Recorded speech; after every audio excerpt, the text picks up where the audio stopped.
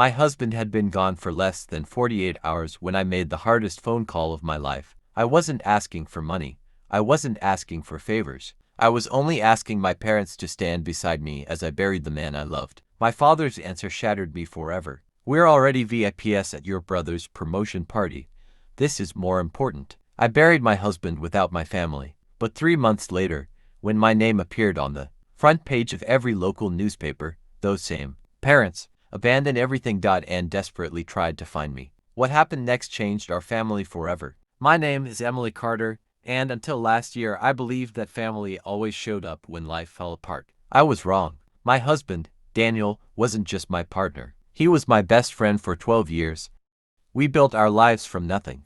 We skipped vacations to pay our mortgage, worked overtime to keep our small business alive, and dreamed about growing old together. Then one rainy evening, everything changed. Daniel was driving home after meeting a client when a distracted driver ran a red light. The phone call from the hospital came at 9:17 p.m. By midnight, I was a widow. The next morning, I sat in complete silence, staring at the funeral arrangements spread across my dining table. The only thing I wanted was my family beside me. I called my mother first. She answered happily, talking about my younger brother Ryan's promotion celebration at a luxury hotel. When I quietly told her Daniel had passed away, she became silent. For a moment, I thought she was crying. Instead, she whispered, "Let me ask your father." A minute later, my father picked up. His words still echo inside my head.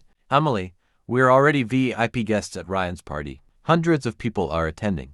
We can't cancel now." I couldn't believe what I was hearing. "Dad, it's Daniel's funeral." His voice stayed cold. "We'll visit you another day." Then, he hung up. I stared at the phone for several minutes. No anger, no tears, just emptiness. 2 days later, I buried my husband. The church was quiet. Daniel's co-workers came. Neighbors came. Even strangers stood beside me. But my own parents and brother never appeared. When everyone left, I stood beside Daniel's grave alone. That afternoon, I made one promise. I'll never beg people to love me again. The following weeks were unbearable. Every room reminded me of Daniel. His coffee mug still sat beside the sink. His jacket still hung near the door. I almost sold everything.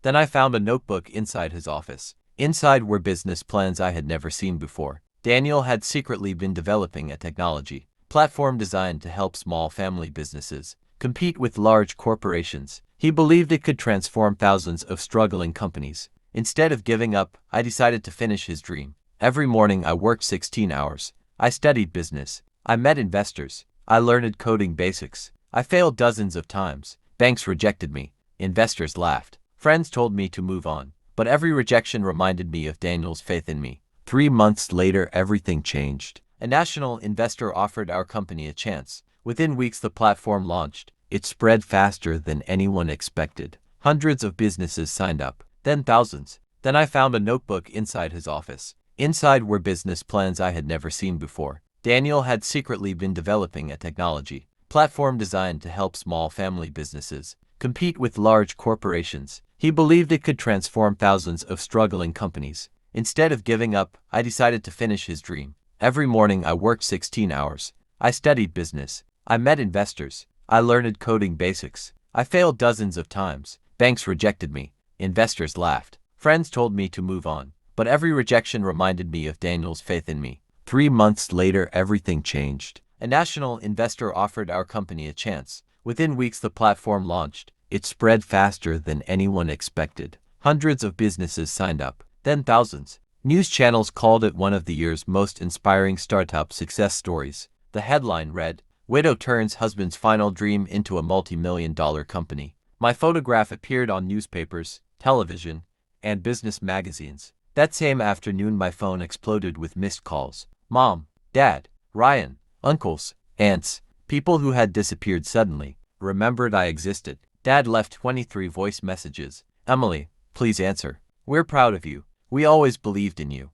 No, they hadn't. They believed in success, not me. A week later, they showed up outside my office carrying flowers. My mother cried before saying a word. My father looked older than I remembered. Ryan smiled awkwardly. Dad reached out for a hug. I stepped back. He whispered, "We made a mistake." I looked directly into his eyes. "No, a mistake is forgetting someone's birthday. You chose a party over your son-in-law's funeral. You chose convenience over your grieving daughter. Silence filled the room. Mom cried harder. Ryan couldn't even look at me. Then Dad quietly asked, "Can we start over?" I smiled gently. Not because I forgave him, because I finally understood something. Some people only value you after the world values you first. I thanked them for coming. I wished them good health. Then I walked back into my office. That was the last time I saw my father. Months later, I established the Daniel Carter Foundation, helping widows and struggling families start businesses after losing loved ones. Thousands of people rebuilt their lives because of one man's unfinished dream. Sometimes I still visit Daniel's grave. I tell him about every family we've helped, every business we saved, every child whose future became brighter.